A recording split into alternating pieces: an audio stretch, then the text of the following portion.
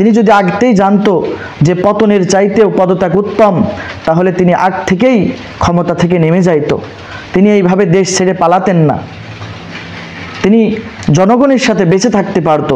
তিনি সমাজে অনেক কাজ করেছেন, অনেক রাস্তাঘাট ভালো করেছেন, সেতু নির্মাণ করেছেন, ভালো ভালো কাজ করেছেন, এটা স্বীকার করছি। তবে এইভাবে পলানোর মতন দেশ ছাড়তে তার হতো না। কথায় আছে, আল্লাহ ছাড় দেন তবে ছেড়ে দেন না। আল্লাহ কোরআনে বলেন, ইন্না বাতশা রাব্বিকা লাশাদীদ, আমি রবের ধরা বড় শক্ত। আমি কাউকে ধরি না, ছাড় দিই, কিন্তু ধরলে আমি আল্লাহ ছাড়ি না। আল্লাহ আরেক জায়গায় বলেন, ওয়াতুইজ্জু মান তাশা ওয়াতুযিল্লু মান তাশা বিয়াদিকাল খায়র, যাকে ইচ্ছা আমি আল্লাহ ইজ্জত দান করি, যাকে ইচ্ছা আমি আল্লাহ বেইজ্জতি করি, সবই আমার হাতে। যাকে ইচ্ছা আমি আল্লাহ চেয়ার দান করি, ক্ষমতা দিই, যাকে ইচ্ছা আমি আল্লাহ তাআলা তার কাছ থেকে জিল্লতের সহিত তার কাছ থেকে ক্ষমতাকে ছিনায় নিই, সবই আমার হাতে।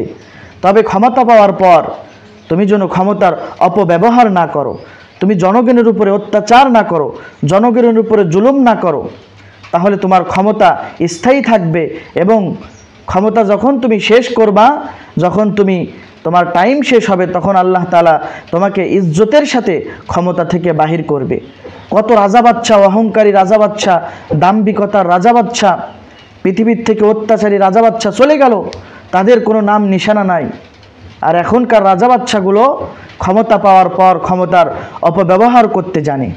এ কারণে আল্লাহ তাআলা তাদেরকে ইজ্জতের চাইতেও বেইজ্জতি বেশি করে। আল্লাহ তাআলা নামরুদকে সময় দিছিলেন, সুযোগ দিছিলেন, কিন্তু আল্লাহ তাআলা ছেড়ে দেননি, ছাড় দিছিলেন। নামরুদকে আল্লাহ তাআলা ছাড় দিছেন, কিন্তু ছেড়ে দেননি। ফিরাউনকে আল্লাহ তাআলা ছাড় দিছিলেন, ছেড়ে দেননি। যে ফিরাউন মুসা নবীর আসতে দিবি না দুনিয়াতে, এ কারণে 90,000 শিশুকে হত্যা করেছিল, কিছুটা আপনাদের প্রধানমন্ত্রীর মতন। তারপরেও সেই দুশমনেরই ঘরে মুসা নবী বড় হয়েছে।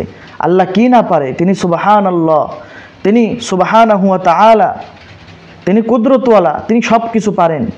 একজনকে ইজ্জতের চেয়ারে বসাইতে পারেন, আবার ইজ্জত থেকে ইজ্জত না দিয়ে জিল্লতের সহিত তাকে নামাই দিতে পারেন। এজন্য ক্ষমতা কিন্তু মানুষের চিরস্থায়ী নয়। দেখতে হবে যে আমি ক্ষমতা পাওয়ার পর মানুষ আমাকে কতটা চায়। তিনি যদি আগতেই জানতো যে পতনের চাইতেও পদত্যাগ উত্তম, তাহলে তিনি আগ থেকেই ক্ষমতা থেকে নেমে যাইতো। কারণে যেই ক্ষমতায় আসুক, তারা যেন ক্ষমতার অপব্যবহার না করে, তারা যেন ক্ষমতা আল্লাহর নিয়ম অনুযায়ী, আল্লাহর কোরআন শাসন অনুযায়ী ক্ষমতা চালাইতে পারে। সে তৌফিক যারাই আসুক ক্ষমতায়, তাদেরকে আল্লাহ যেন সেই বিবেক বুদ্ধি দান করে। এটা বলে আমার এই বক্তব্য এখানেই শেষ করছি। আল্লাহ আমাদের সকলে কথাগুলো বোঝার তৌফিক দান করুক।